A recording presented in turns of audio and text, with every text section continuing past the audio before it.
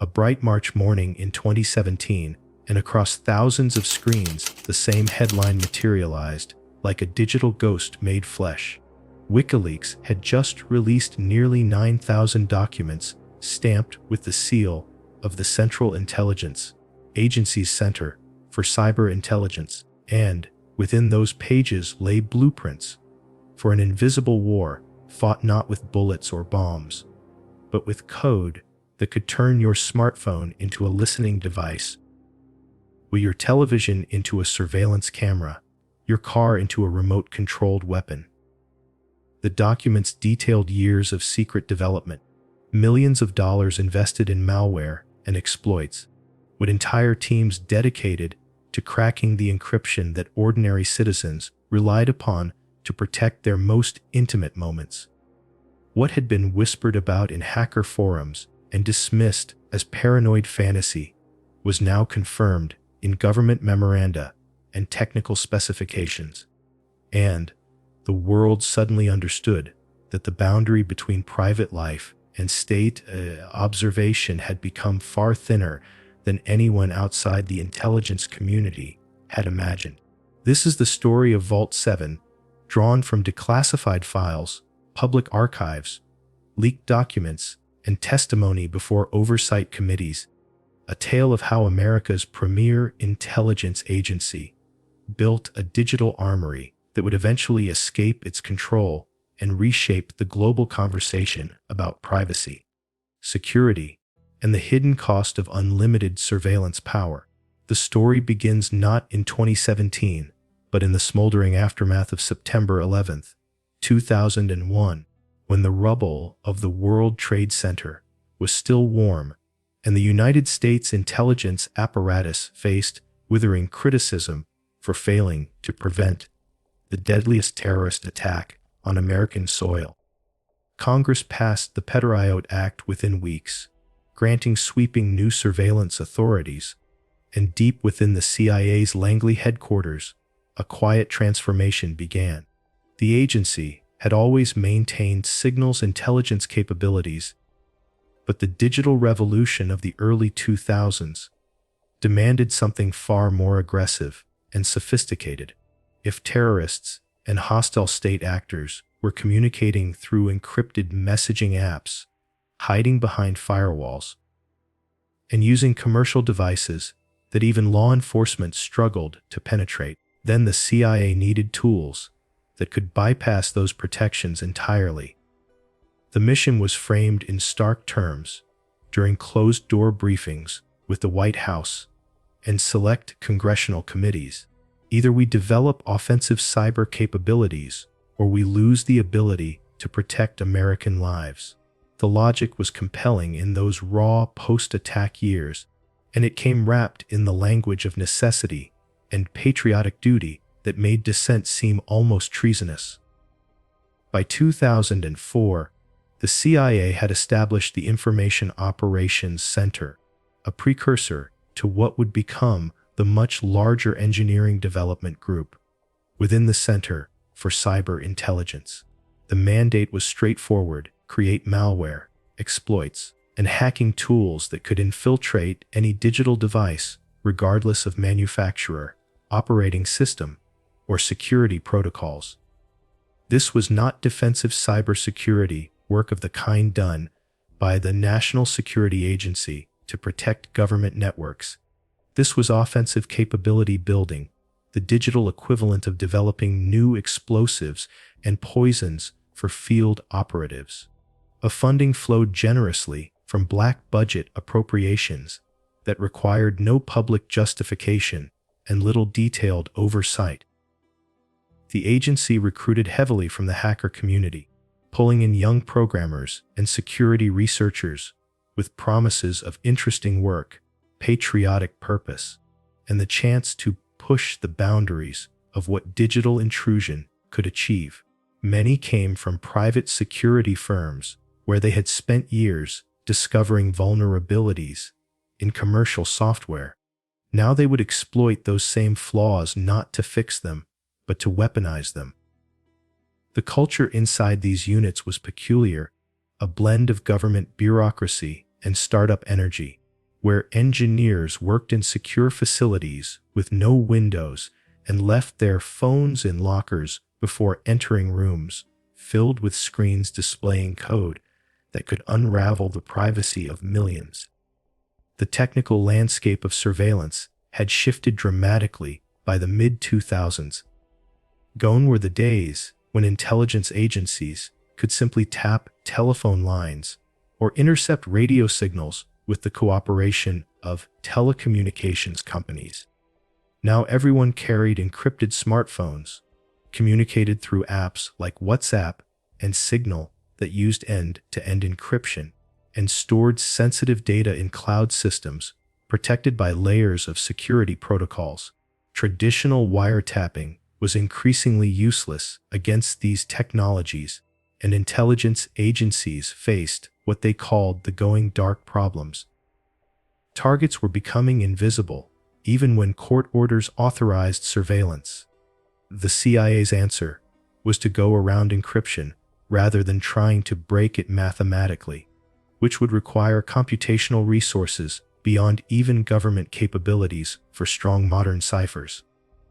Instead, they would compromise the devices themselves, installing malware before encryption was applied or after it was removed, capturing messages in plaintext directly from phones and computers.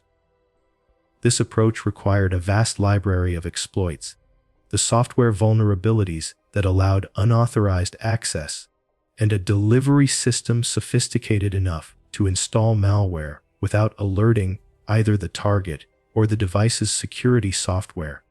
The Vault 7 documents would later reveal just how extensive that library had become.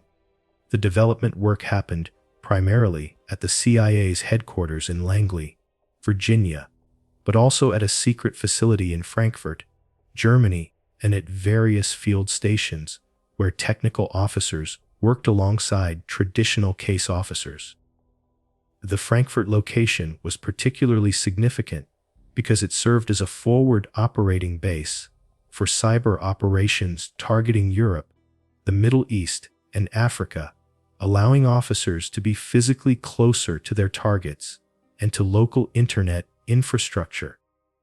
The facility operated under diplomatic cover, its true purpose hidden from German authorities, and it became a critical node in the CIA's global hacking network. Engineers there worked on what they called implants, the pieces of malware that would be secretly installed on target devices, and they customized these tools for specific operations based on intelligence requirements that flowed in from stations around the world. An operation targeting a suspected terrorist in Beirut might require an implant designed for a particular model of Samsung phone, running a specific version of Android, while a different operation in Moscow might need malware tailored for a Windows laptop used by a Russian intelligence officer. The technical challenges were immense and required constant updates as manufacturers released security patches and operating systems evolved, so the development teams operated on a perpetual cycle of discovery, weaponization, and deployment that consumed enormous resources and generated mountains of code. One particularly revealing program described in the Vault 7 documents was called Weeping Angel, developed in collaboration with British intelligence at MI6, and it turned Samsung's smart televisions into covert listening devices. The malware would place the television into a fake-off mode, where the screen was dark and the indicator light suggested the device was powered down, but the microphone remained active and recorded conversations in the room. The audio was stored locally and then transmitted to CIA servers when the television was genuinely turned on and connected to the internet, making detection more difficult. The program exploited vulnerabilities in the television's operating system and required either physical access to the device or delivery through a compromised software update. But once installed, it was remarkably effective. Documents showed successful deployments in several locations, including hotel rooms and private residences, though specific targets were redacted. The psychological violation here was profound. The television, a fixture of domestic life and entertainment, transformed into an informant that betrayed the most casual and unguarded conversations. Engineers who worked on Weeping Angel later described it in interviews as one of the more disturbing tools they created, not because of its technical sophistication, but because it felt like crossing a line from targeting criminals and terrorists into wholesale invasion of private space. Another program revealed in the leaks focused on vehicle control systems, raising the specter that the CIA could remotely hijack cars and cause accidents. Documents from October 2014 described research into vulnerabilities in modern automobile software, particularly the systems that controlled steering, braking, and acceleration. The goal was not explicitly assassination, though intelligence veterans acknowledged that such capability would be valuable for eliminating targets in scenarios where traditional methods were too risky or too obvious. Modern vehicles are essentially computers on wheels, with dozens of microprocessors managing everything from engine performance to entertainment systems, and these systems communicate through internal networks that were designed for convenience rather than security. The CIA's research explored how to compromise these networks, potentially through infected USB drives, malicious software updates delivered through dealership service departments, or even over-the-air attacks exploiting wireless connections. The Vault 7 documents did not confirm any actual assassinations using these methods, and agency officials later insisted the research was purely defensive, aimed at understanding vulnerabilities that adversaries might exploit against American officials.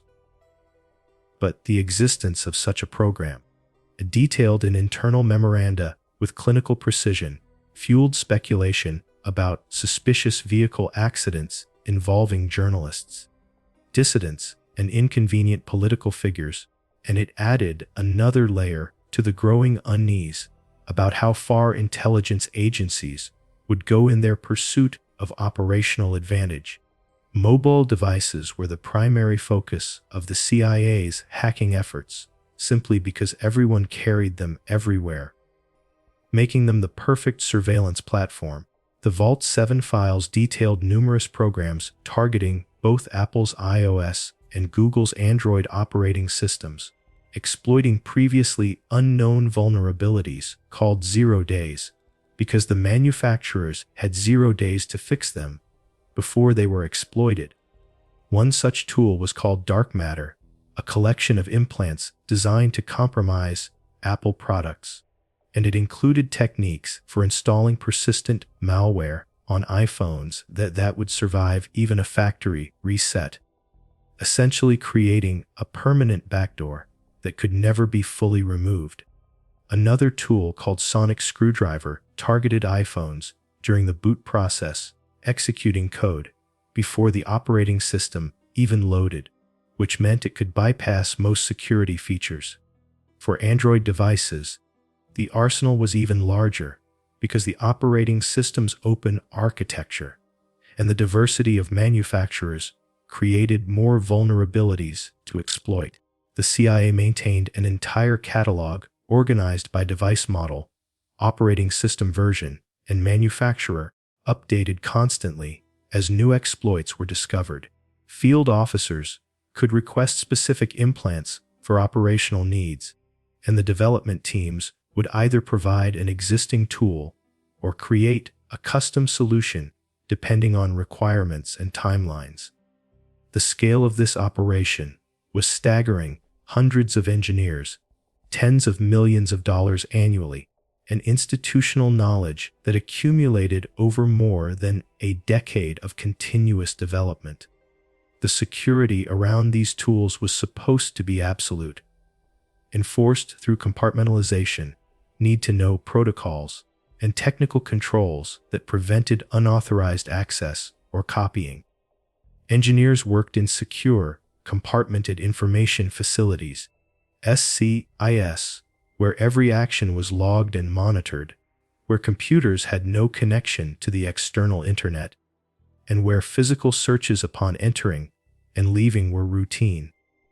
The tools themselves were stored on classified networks that required multiple levels of authentication and were supposedly impervious to both external hacking and internal theft. Yet despite all these precautions, sometime between late 2016 and early 2017, someone inside the CIA's Center for Cyber Intelligence managed to copy a substantial portion of the hacking arsenal and exfiltrate it from the secure facility. This was not a sophisticated hack by a foreign intelligence service. It was an inside job by someone with authorized access who chose to violate their security clearance and leak classified information on a scale that rivaled Edward Snowden's National Security Agency disclosures in 2013. The investigation would eventually focus on a CIA software engineer named Joshua Adam Schultz, though proving his guilt would take years of forensic analysis, legal maneuvering, and multiple trials. The leak itself reached WikiLeaks through channels that remain partially obscured. But by early March 2017, the organization had verified the authenticity of thousands of documents and prepared to release them in a series they called Vault 7. The first release on March 7th included 8,761 documents and files from the CIA's Center for Cyber Intelligence, and within hours journalists, security researchers, and intelligence professionals around the world were parsing through the technical details and strategic implications. The documents were written in the bureaucratic language of government project management, requirement specifications, development timelines, user manuals, bug reports, and operational after-action reviews. But beneath that dry prose lay a comprehensive picture of offensive cyber capabilities that exceeded even informed speculation. Here was documentation of tools that could compromise virtually any smartphone, turn smart televisions into listening devices, exploit vulnerabilities in Windows, Mac, Linux, and mobile operating systems, evade antivirus software, and maintain persistent access to compromised devices even after security updates. The revelation was not that such tools existed, which had been widely assumed, but rather the sheer scope and sophistication of the arsenal and the evidence that security vulnerabilities were being hoarded rather than reported to manufacturers so they could be fixed. The immediate response was chaotic and contradictory. The CIA refused to confirm or deny the authenticity of the leaked documents, citing policy against discussing classified information, though officials speaking anonymously told reporters the files appeared genuine. Tech companies scrambled to analyze the disclosed vulnerabilities and issue patches, with Apple, Google, Microsoft, and Samsung all releasing statements that many of the exploits described had already been addressed in recent security updates, though this was cold comfort to users with older devices or those who delayed installing patches. Privacy advocates and civil liberties organizations seized on the leaks as confirmation of their warnings about unchecked surveillance power, arguing that intelligence agencies had prioritized offensive capabilities over the security of ordinary citizens by keeping vulnerabilities secret rather than helping to fix them. Members of Congress demanded briefings, with some calling for investigations into both the leak itself and the programs it exposed, though these inquiries would be hampered by the classified nature of the underlying operations and the reluctance of intelligence agencies to share details even with oversight committees. The technology press published detailed analyses of specific tools and exploits, while mainstream media focused on the broader implications for privacy and the balance between security and civil liberties. Public opinion was divided, with some viewing the leak as an essential exposure of government overreach and others condemning it as treasonous disclosure of legitimate intelligence capabilities that would aid America's adversaries. The technical community's response was particularly pointed because many of the vulnerabilities exploited by the CIA were what security researchers call 0 days, unknown flaws that could be sold on black markets for hundreds of thousands or even millions of dollars. By hoarding these vulnerabilities, rather than reporting them to manufacturers, the CIA and other intelligence agencies were making all users of those products less secure, including American citizens, businesses, and government agencies that relied on the same commercial technologies. This practice violated the spirit, if not the letter, of the vulnerabilities equities process, a policy established during the Obama administration that required intelligence agencies to weigh the benefits of keeping an exploit secret against the harm of leaving users vulnerable, with a presumption that most vulnerabilities should be disclosed. The Vault 7 documents suggested this process was routinely circumvented or manipulated to favor retention of exploits for intelligence purposes. Security researchers pointed out the fundamental contradiction.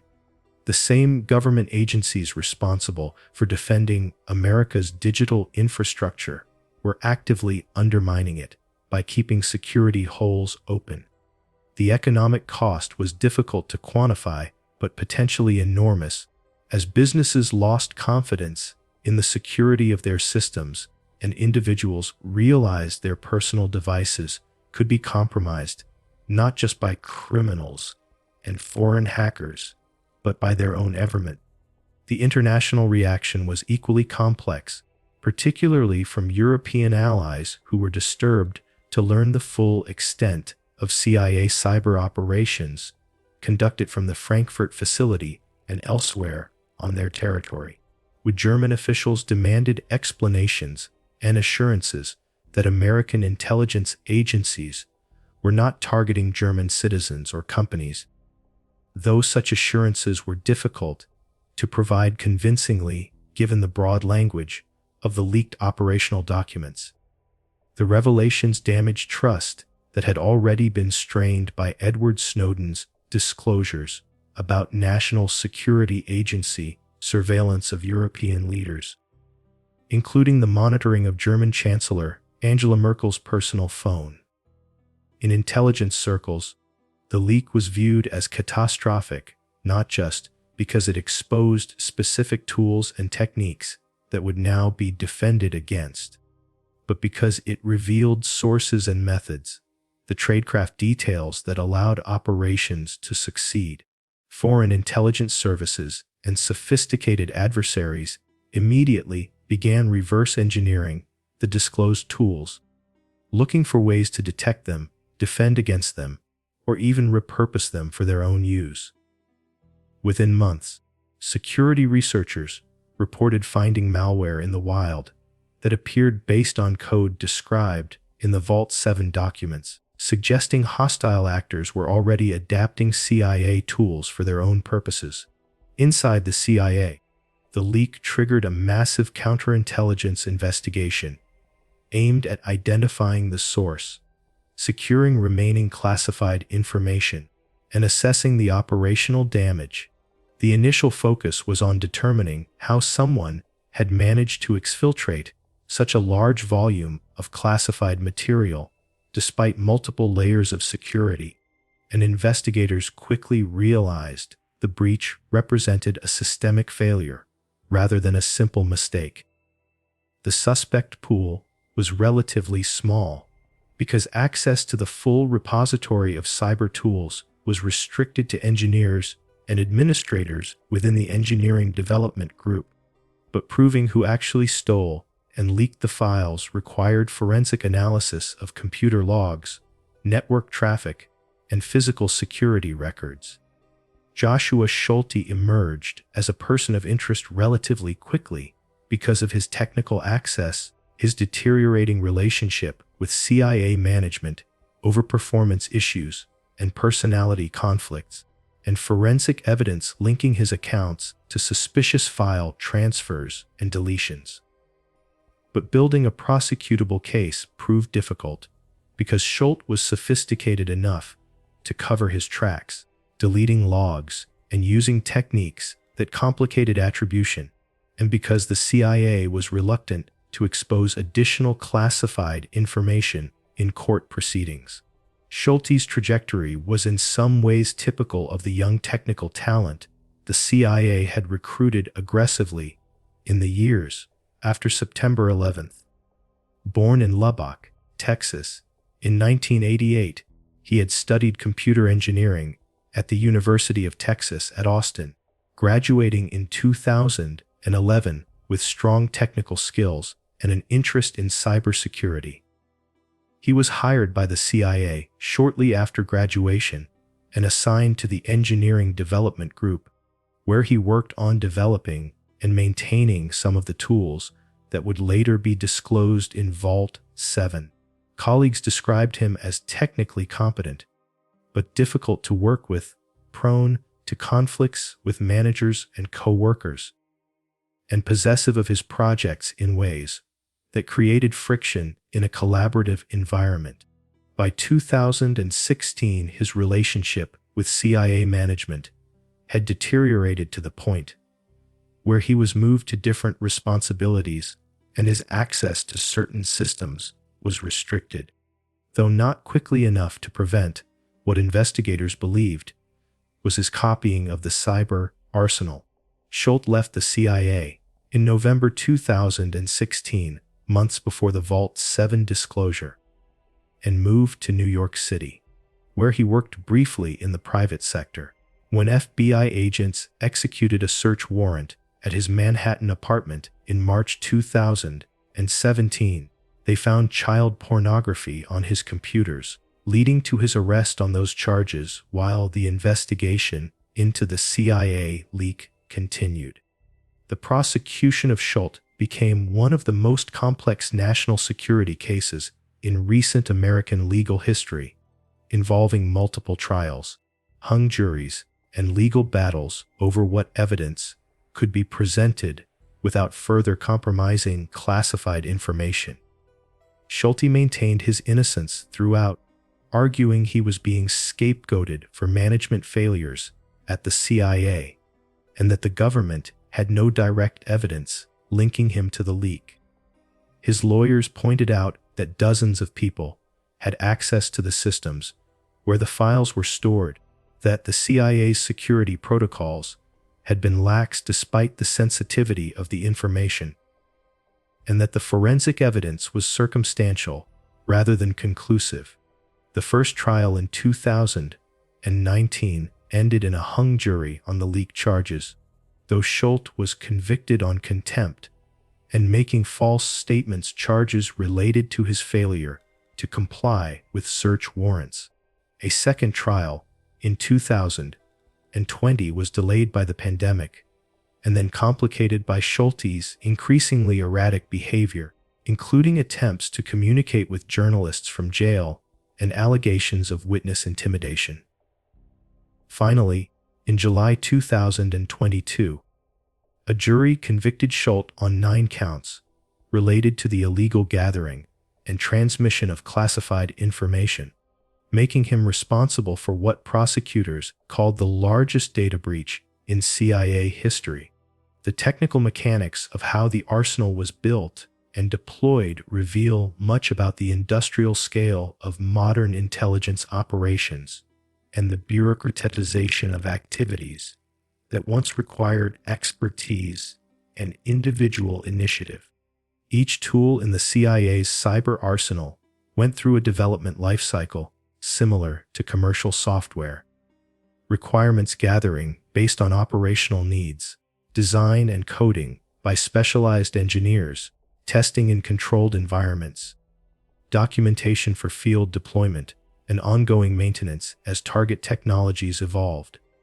The tools were organized in a library accessible through an internal system that functioned much like a corporate software repository, with version control, user ratings, deployment statistics, and technical support channels. With field officers with appropriate clearances could browse available tools, request specific capabilities, or submit requirements for new development. This systematization made cyber operations scalable and repeatable, allowing the CIA to conduct numerous simultaneous operations without requiring rare genius-level hackers for each one.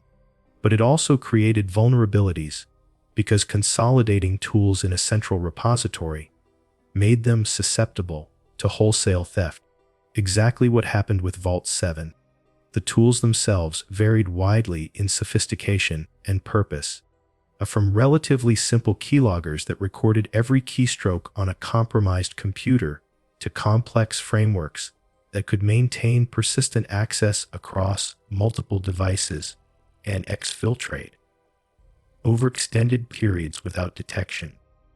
Some tools exploited known vulnerabilities that manufacturers had already patched, but that remained effective against users who delayed updating their systems, while others relied on zero-day exploits that even vigilant security practices couldn't defend against.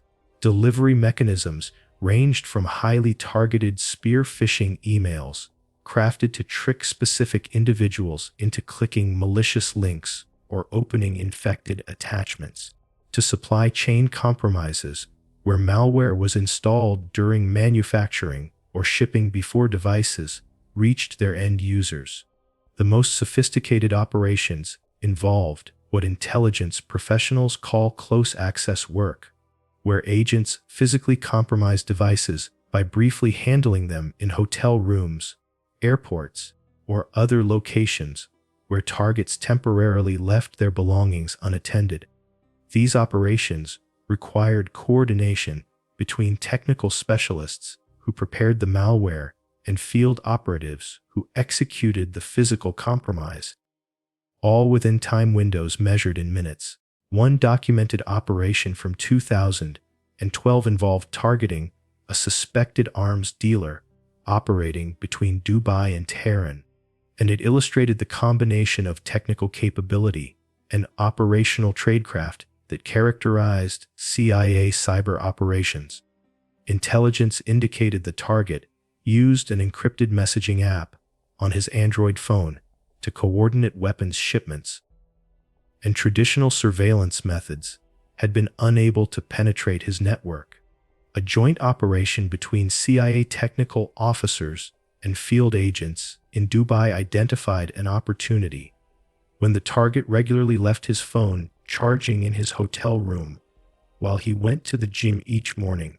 A technical officer posing as hotel maintenance gained access to the room, connected the phone to a device that installed a custom implant within 90 seconds, and departed without the target ever becoming aware of the compromise. The implant captured messages before they were encrypted, recorded phone calls, tracked the device's location, and exfiltrated data whenever the phone connected to Wi-Fi networks. Over the following 6 months, the CIA collected extensive intelligence on the target's network, leading to interdiction of several weapons shipments and arrests of multiple co-conspirators. The operation was considered a significant success and was cited in internal documents as a model of effective cyber tradecraft, though whether it actually prevented violence or merely disrupted one channel in a larger illicit trade was less clear. Another operation focused on monitoring attendees at a 2013 international conference in Qatar, where participants included suspected intelligence officers from several countries and interest including Russia, China, and Iran. CIA technical officers worked with local security services to compromise the conference facility's Wi-Fi network, creating what appeared to be legitimate access points, but which were actually controlled by the agency and designed to deploy malware to connecting devices. Conference attendees who used the Wi-Fi unknowingly downloaded implants that gave the CIA access to their devices. And over the course of the 4-day conference, substantial intelligence was collected on the communications, contacts, and activities of targets who believed they were operating in a secure environment. The operation was notable for its scale, potentially affecting dozens of devices simultaneously, and for the diplomatic complications it could have created if discovered, particularly given that some targets were from nominally friendly nations. Documents suggested the operation yielded valuable intelligence on the activities and priorities of multiple foreign services, though specific details were redacted, and it demonstrated the CIA's willingness to conduct aggressive cyber operations even in sensitive international settings. The economic infrastructure supporting these operations was substantial, though largely hidden within the CIA's classified budget, which itself is nested within the larger intelligence community budget that Congress appropriates with minimal public detail. Conservative estimates based on staffing levels, facility costs, and technology acquisition suggest the cyber operations program consumed at least several $100 million annually, possibly exceeding $1 billion in peak years. This funded not just the engineering teams developing tools, but also the infrastructure for deploying and controlling them. Secure servers in multiple countries, encrypted communication channels, cover arrangements for technical officers operating abroad, procurement of devices and software for testing, and legal expenses for navigating the complex regulatory environment surrounding offensive cyber operations. The money flowed through a maze of line items with innocuous names that revealed nothing about their actual purpose, and even congressional overseers with access to classified budget details often struggled to understand exactly how funds were being used. Contractors played a significant role, with private security firms providing specialized expertise, developing custom tools under CIA direction, and sometimes conducting operations under agency supervision.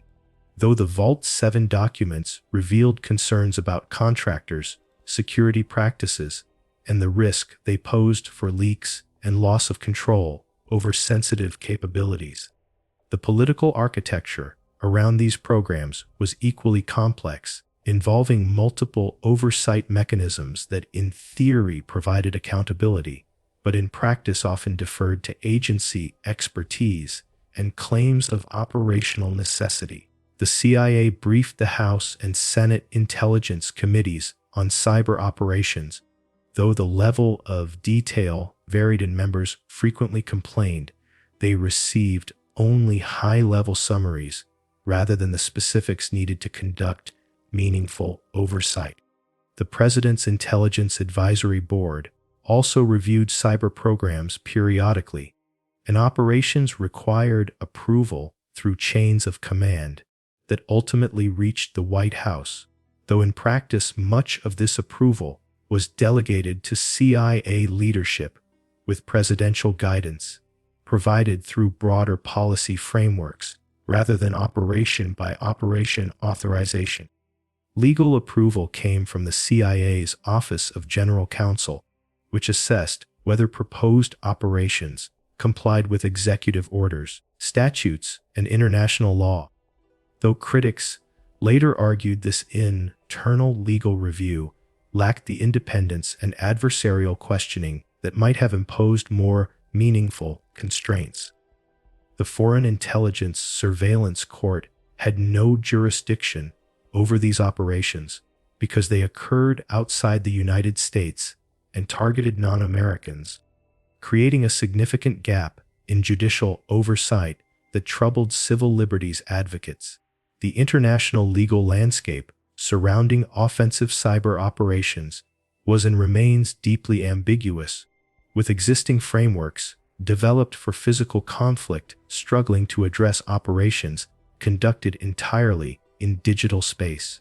The CIA argued its cyber operations were analogous to traditional espionage, which is universally practiced and generally tolerated even when technically illegal under the domestic laws of target countries, rather than acts of war or coercion that would violate international law.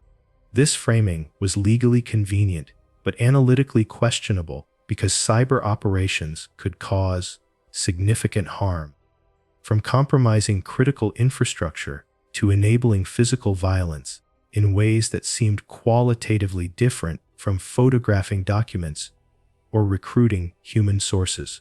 Other nations protested when CIA cyber operations were discovered on their territory, but the protests were usually muted by the understanding that everyone was playing the same game and public escalation would invite scrutiny of their own activities.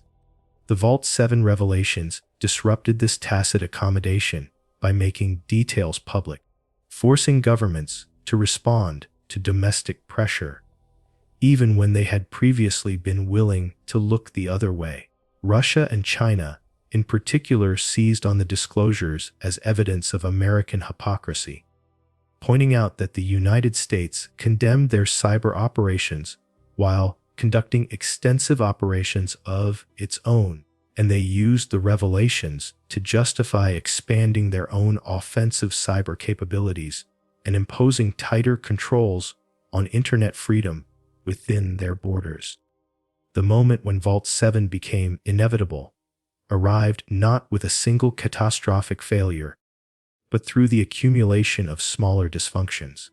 Inadequate security architecture that concentrated too much sensitive information in systems accessible to too many people, a workplace culture that tolerated personality conflicts and management failures, insufficient attention to insider threat indicators, and institutional arrogance that assumed security protocols were sufficient when they were merely elaborate. Joshua Schulte's case was not an anomaly, but rather an illustration of systemic problems, and internal CIA reviews conducted after the leak identified numerous failures that had created vulnerability. The technical architecture of the system storing the cyber arsenal had been designed for ease of use by authorized personnel, rather than security against insider threats, operating on the assumption that anyone with access could be trusted and that robust perimeter security was sufficient. This assumption proved catastrophically wrong, and investigators found that Schulte and potentially others had been able to copy large volumes of classified material over extended periods without triggering alerts, suggesting either the monitoring systems were inadequate or the alerts were ignored.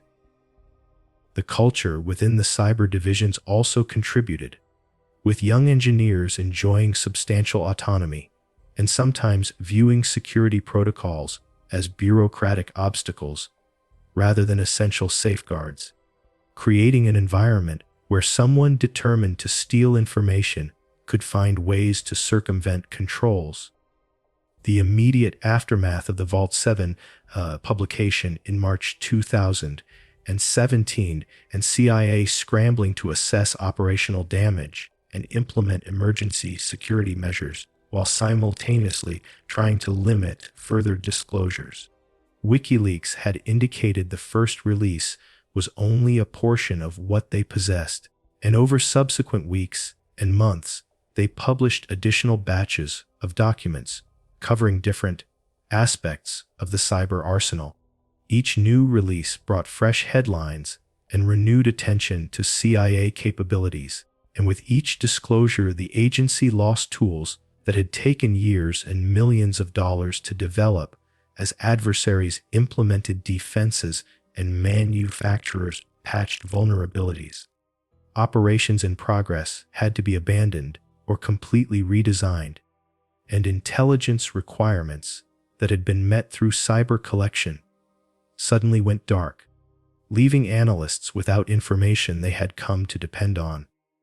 The human cost was also significant, though largely invisible to the public, as sources and methods referenced in the documents became compromised and individuals who had cooperated with the CIA potentially faced exposure. The long-term reputational damage was perhaps most significant, as the revelations reinforced perceptions that American intelligence agencies operated with insufficient oversight and prioritized capabilities over ethics, making recruitment of foreign sources more difficult and cooperation with allied services more tentative. Technology companies faced their own reckoning, as the Vault 7 documents highlighted just how many vulnerabilities existed in products they had assured consumers were secure. Apple moved quickly to address disclosed vulnerabilities in iOS and macOS, releasing updates within days and issuing statements that many exploits had already been patched in recent versions, though security researchers noted several remained unaddressed. Google took similar action for Android, though the fragmented nature of that ecosystem meant many devices running older versions or manufacturer-customized variants remained vulnerable even after Google patched its core code. Microsoft addressed Windows vulnerabilities and publicly called for international agreements limiting government hoarding of zero-day exploits, with company president Brad Smith writing that the Vault 7 leak was equivalent to the military having Tomahawk missiles stolen. Samsung worked to fix vulnerabilities in its smart televisions and phones, and issued the somewhat sheepish statement that it took consumer privacy seriously and would work to prevent unauthorized access to its devices. The revelations also accelerated the technology industry's push for stronger default encryption and security features that even device manufacturers couldn't bypass. As companies realized that vulnerabilities kept secret from users could be discovered and exploited by anyone with sufficient resources and determination, the broader cybersecurity community engaged in vigorous debate about the ethics and policy implications of intelligence agencies hoarding zero-day exploits, with strong opinions on multiple sides. Some argued the practice was inherently indefensible because it made everyone less secure, including the American citizens and interests the CIA was supposed to protect, and that any legitimate intelligence purpose could be served through targeted operations that didn't require maintaining systematic vulnerabilities in widely used products. Others countered that intelligence collection in the digital age was impossible without exploiting software vulnerabilities that adversaries would discover and use the same exploits, regardless of what the United States did, and that unilateral disclosure would be noble but operationally suicidal. A middle position held that the vulnerabilities equities process could work if properly implemented and enforced, with clear criteria for when an exploit must be disclosed and independent oversight to ensure agencies weren't simply hoarding everything. But critics pointed out the process lacked transparency and teeth. The debate was ultimately unresolvable because it reflected fundamentally different values about the balance between security and liberty, between collective safety and individual privacy, and between trust in government institutions and skepticism about unchecked power. The investigative journalism that followed Vault 7 uncovered additional context and connections that the raw documents alone couldn't provide. Reporters interviewed former CIA officers who confirmed the basic accuracy of the leaked files, while disputing some interpretations and emphasizing operational details that remained classified. Security researchers reverse-engineered some of the described tools to understand how they worked and published technical analyses that helped manufacturers improve defenses. Congressional staffers spoke anonymously about oversight briefings they had received, painting a picture of intelligence committees that were informed about the existence of cyber operations, but often lacked technical expertise to evaluate them critically, and were frequently assured that robust controls and legal reviews ensured everything was proper. Privacy advocates filed Freedom of Information Act requests seeking additional documents about the legal and policy frameworks governing cyber operations. Although most requests were denied or heavily redacted on national security grounds, the cumulative effect of this reporting was to make Vault 7 not just a one-time leak, but an ongoing story about surveillance, security, and accountability that continued to generate news and analysis for years. The prosecution and eventual conviction of Joshua Schultz provided some measure of closure to the question of attribution, though it did little to address the deeper issues the leak had exposed. At his sentencing hearing in February 2023, prosecutors argued for a lengthy prison term, emphasizing the unprecedented damage Schultz had caused to national security and the arrogance he had displayed in believing he had the right to unilaterally disclose classified information. Defense attorneys requested leniency, arguing Schultz had been motivated by genuine concerns about CIA practices and had acted as a whistleblower rather than a traitor. Though this framing was complicated by the child pornography conviction and evidence suggesting personal grievances, rather than principled objections, had driven his actions. Judge Jesse Furman ultimately sentenced Schultz to 40 years in federal prison, one of the longest sentences ever imposed in a leak case, stating that Schultz had committed the most brazen and damaging act of espionage in American history. Civil liberties organizations were divided in their response, with some arguing the harsh sentence would chill legitimate whistleblowing, while others acknowledged Schultz's actions differed from whistleblowing because he had made no effort to work through no channels or to carefully disclose only information demonstrating wrongdoing. The institutional response within the CIA involved both security improvements and cultural reckoning. Though the effectiveness of these efforts remained debated, new technical controls were implemented to monitor and restrict bulk copying of classified information, with systems designed to detect anomalous behavior and require additional authorization for large data transfers. Access to the most sensitive tools was further restricted through additional compartmentalization, limiting how many people could see the entire cyber arsenal even within authorized programs. Personnel security was strengthened with more frequent polygraph examinations, enhanced psychological evaluations, and closer monitoring of employees showing signs of disgruntlement or concerning behavior. Training programs emphasized insider threat awareness and the consequences of unauthorized disclosures, but some former officers argued these measures addressed symptoms rather than causes, and that the real problem was a culture that had prioritized capability building over security, that had recruited extensively from the hacker community without fully adapting to the different mindset and risk profile those employees brought, and that had allowed tools and authorities to expand without adequate oversight or ethical reflection. The policy debate extended into the White House and Congress, with calls for reforms to how intelligence agencies developed and deployed cyber capabilities.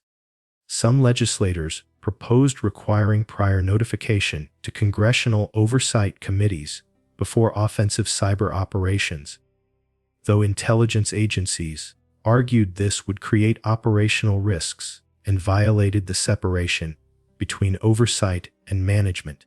Others suggested creating an independent review board with security clearances to evaluate cyber programs and recommend changes, similar to the President's Review Group on Intelligence and Communications Technologies that had reviewed surveillance programs after the Snowden leaks.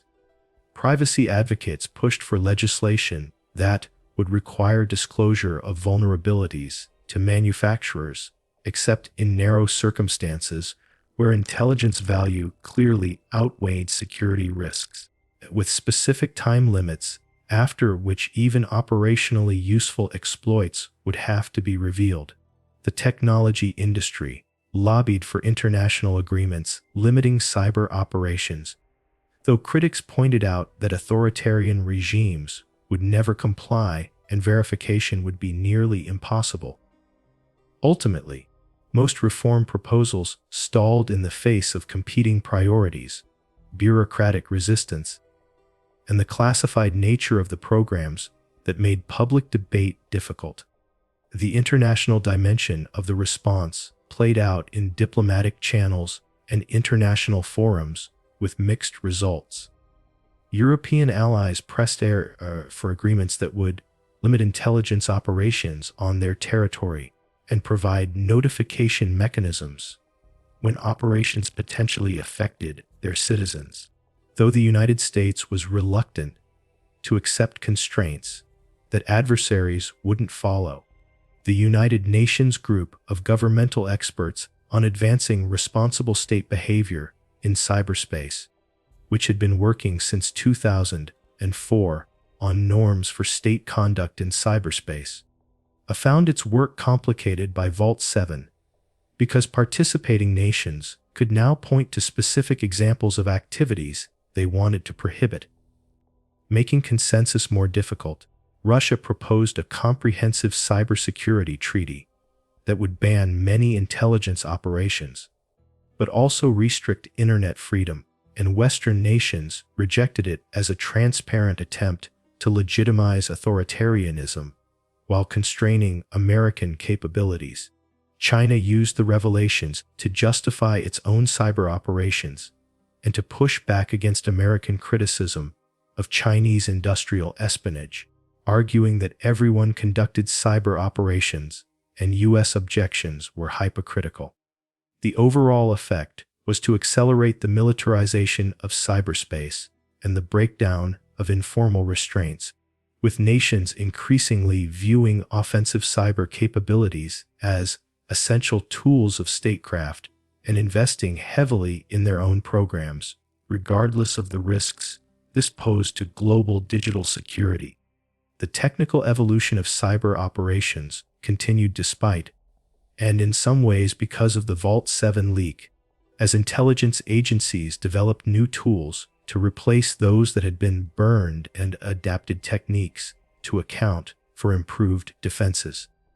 The fundamental logic remained unchanged, and digital devices and networks were central to modern life, and therefore essential targets for intelligence collection, and agencies with the resources and mandate to develop sophisticated capabilities would continue doing so regardless of public controversy. What changed was a greater emphasis on security and compartmentalization, more careful vetting of personnel with access to sensitive tools, and somewhat more attention to the diplomatic and legal implications of operations. The CIA established a new unit focused specifically on counterintelligence within cyber divisions, charged with detecting insider threats and preventing another catastrophic leak. Other agencies, including the National Security Agency, conducted their own reviews and implemented similar measures. Private contractors who had played significant roles in developing tools faced stricter oversight, and in some cases lost contracts amid concerns their security practices were inadequate. But the basic trajectory continued: more tools, more operations, more capabilities, driven by an intelligence and policy community that remained convinced the benefits outweighed the risks, even after Vault 7 had demonstrated just how high those risks could be. The archive of Vault 7 documents now exists in multiple forms and locations, a digital shadow library that can never be fully controlled or contained. WikiLeaks maintains the full collection on its website, accessible to anyone with an internet connection, and the patience to parse through thousands of technical pages. Security researchers have analyzed and annotated the documents, creating guides and indexes that make them more accessible to those without deep technical background. Academic institutions have incorporated the leak into curricula on cybersecurity, intelligence studies, and information ethics, using it as a case study in the challenges of balancing security and transparency. Journalists continue to reference the documents when reporting on surveillance and cyber operations, and they surface in legal cases involving digital privacy and government authority. The CIA has never officially confirmed or denied the authenticity of the documents, maintaining its policy of not discussing classified information. But the criminal prosecution of Joshua Schultz for leaking them effectively served as confirmation. The ongoing accessibility of the archive means anyone interested in understanding CIA cyber capabilities can do so. From foreign intelligence services seeking to defend against or replicate the tools, to criminals looking for exploits to use in their own operations, to scholars and activists examining the scope and limits of government surveillance power.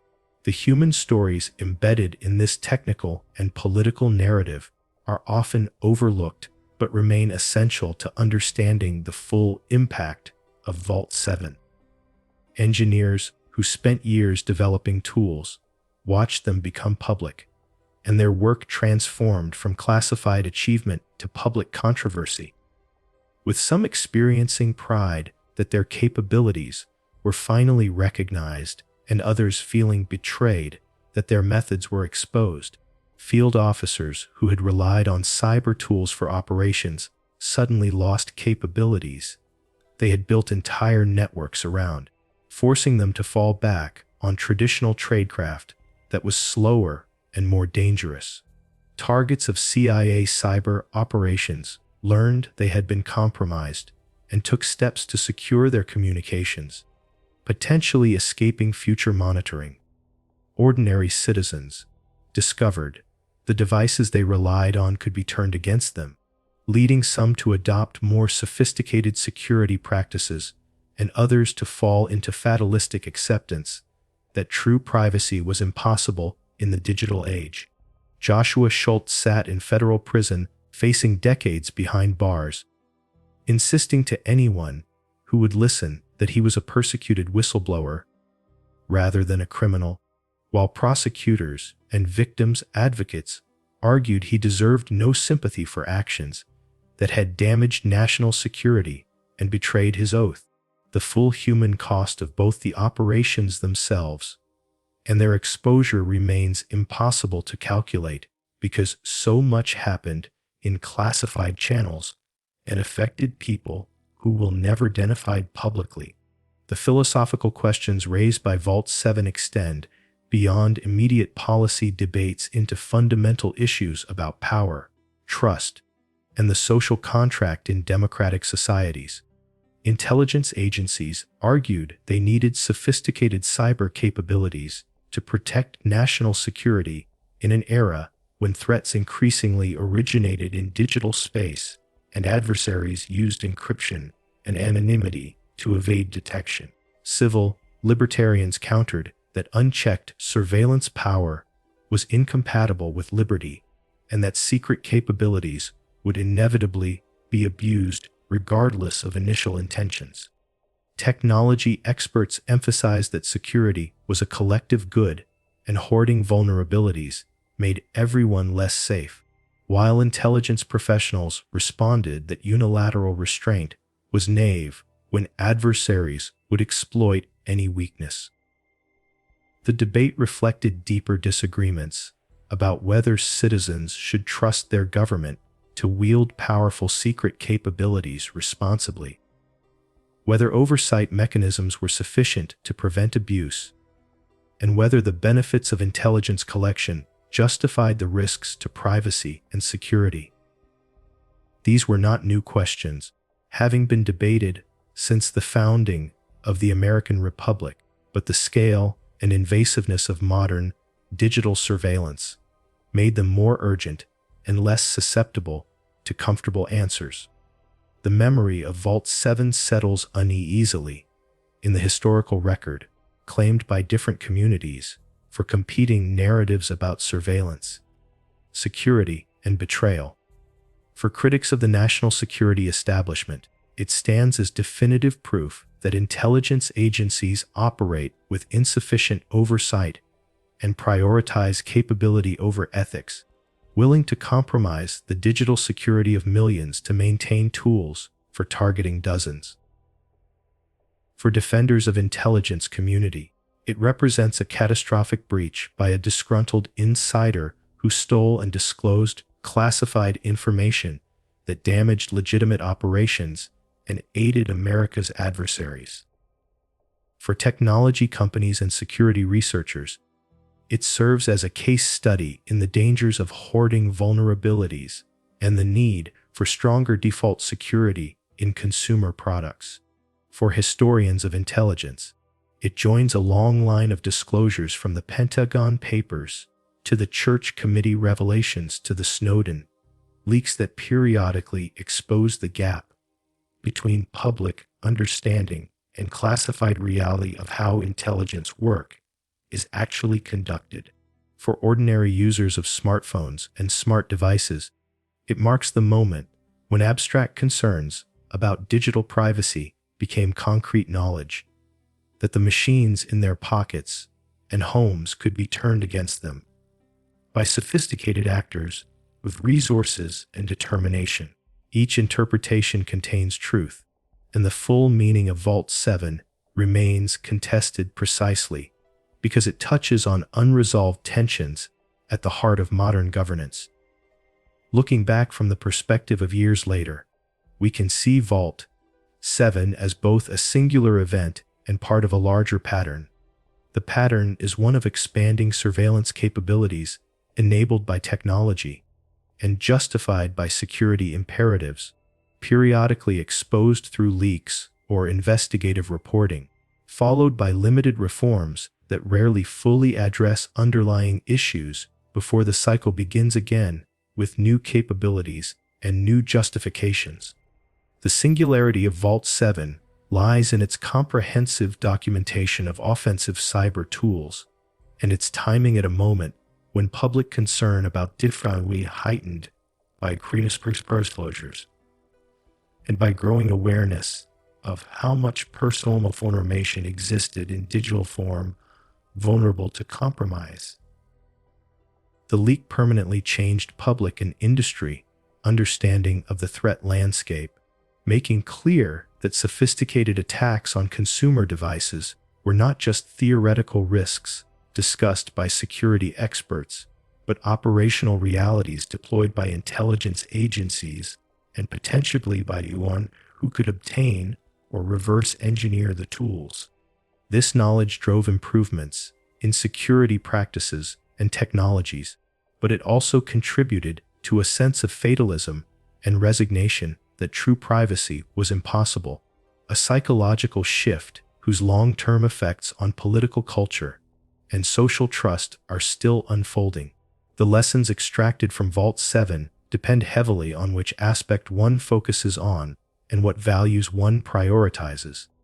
Those concerned primarily with national security learn that insider threats pose enormous risks to classified programs and that security architecture must be designed to protect against both external adversaries and internal betrayal, even at the cost of operational efficiency. Those focused on cybersecurity learn that hoarding vulnerabilities creates systemic risks, and that security is better served by disclosure and patching than by maintaining exploits for intelligence purposes.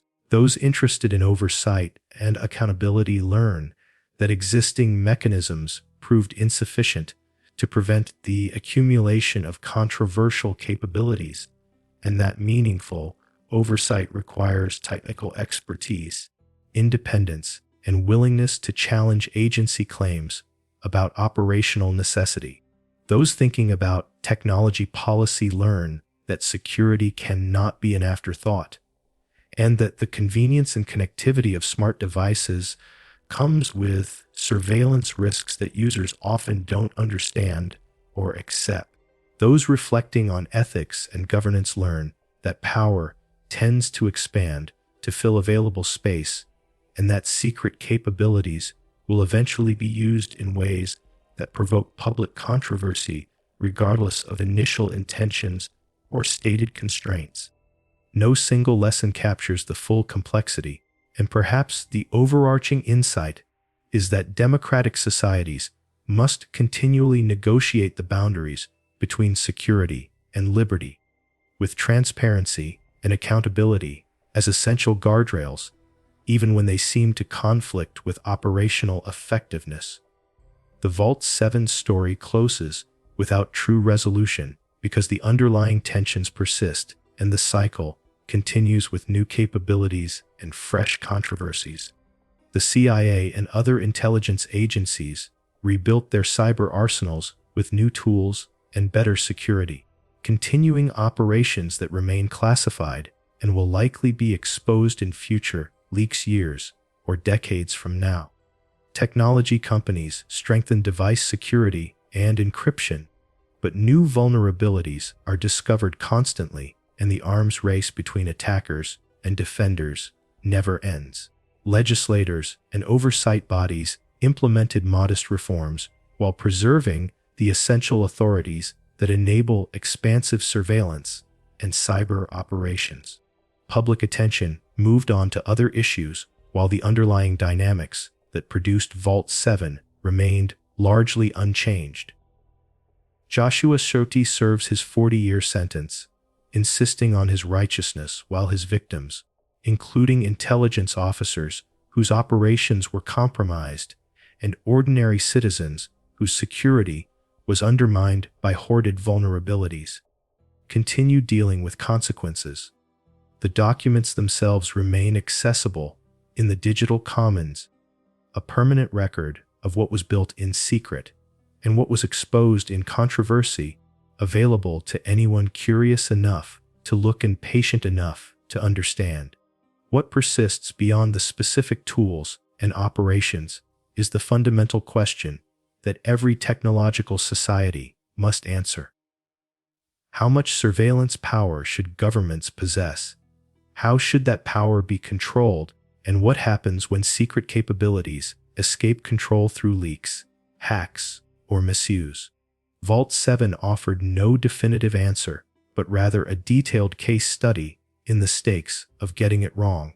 The CIA built sophisticated tools in pursuit of legitimate intelligence requirements, but the tools' existence created risks that extended far beyond their intended targets. The security vulnerabilities that made the tools effective also made millions of ordinary users less safe. The centralization that made the arsenal operationally efficient also made it vulnerable to wholesale theft. The secrecy that protected sources and methods also prevented meaningful oversight and public debate until after harm was done. These trade-offs are inherent in intelligence work and become more acute as technology makes more of human life digital and therefore potentially subject to surveillance. Future societies will face the same tensions with different technologies, and how they navigate them will depend partly on remembering what happened when capabilities expanded faster than wisdom or accountability could keep pace. The Vault 7 leak will be remembered as the moment the invisible machinery of digital surveillance became briefly visible, revealing not just specific tools, but the philosophy and infrastructure behind them. It showed that modern intelligence operations involve vast bureaucracies, managing industrial-scale capabilities, that cyber operations have become normalized and routinized, that oversight mechanisms struggle to keep pace with technical evolution. and that the boundary between legitimate intelligence work and mass surveillance is more permeable than comfortable rhetoric suggests. It demonstrated that insiders with technical knowledge and authorized access pose existential risks to classified programs, regardless of security protocols, that absolute secrecy is impossible to maintain indefinitely, and that when exposure comes, the consequences extend far beyond the specific programs revealed. Most fundamentally, it illustrated that security and privacy are not binary choices, but rather exist in tension, with each gain in one dimension potentially costing something in the other, and that democratic societies must continually negotiate where that balance should be struck, with full awareness that perfect security is as impossible as perfect privacy, and that the pursuit of either, without regard to the other, leads to outcomes most citizens would reject if they truly understood the trade-offs involved. The morning light that broke over Langley on March 7, 2017, revealed an institution transformed, its most secret capabilities suddenly public knowledge, its methods exposed, its carefully constructed arsenal compromised. The Center for Cyber Intelligence, that had operated in near total obscurity, was now the subject of global scrutiny and debate, and the assumption that sophisticated tradecraft could remain hidden indefinitely had been shattered by one man's decision to copy files he had sworn to protect. The story of Vault 7 is ultimately a human story about the consequences of choices made in secret and exposed in public, about capabilities built for one purpose and revealed to serve another, about power that seemed necessary until its full scope was understood, and about the persistent difficulty of balancing the security that comes from information dominance against the liberty that requires some sphere of privacy remain beyond the state's reach. The files remain accessible in the digital archive, artifacts of a moment when the machinery of surveillance became briefly visible before disappearing again behind classification stamps and operational security. But the knowledge they conveyed cannot be unlearned, and the questions they raised cannot be unasked. And so the conversation continues, even as the operations do, both shaped by the revelation that for a few weeks in 2017, the curtain lifted and had been built in their name, and supposedly in their progressible war, fought through code, and conducted in silence until the silence was broken.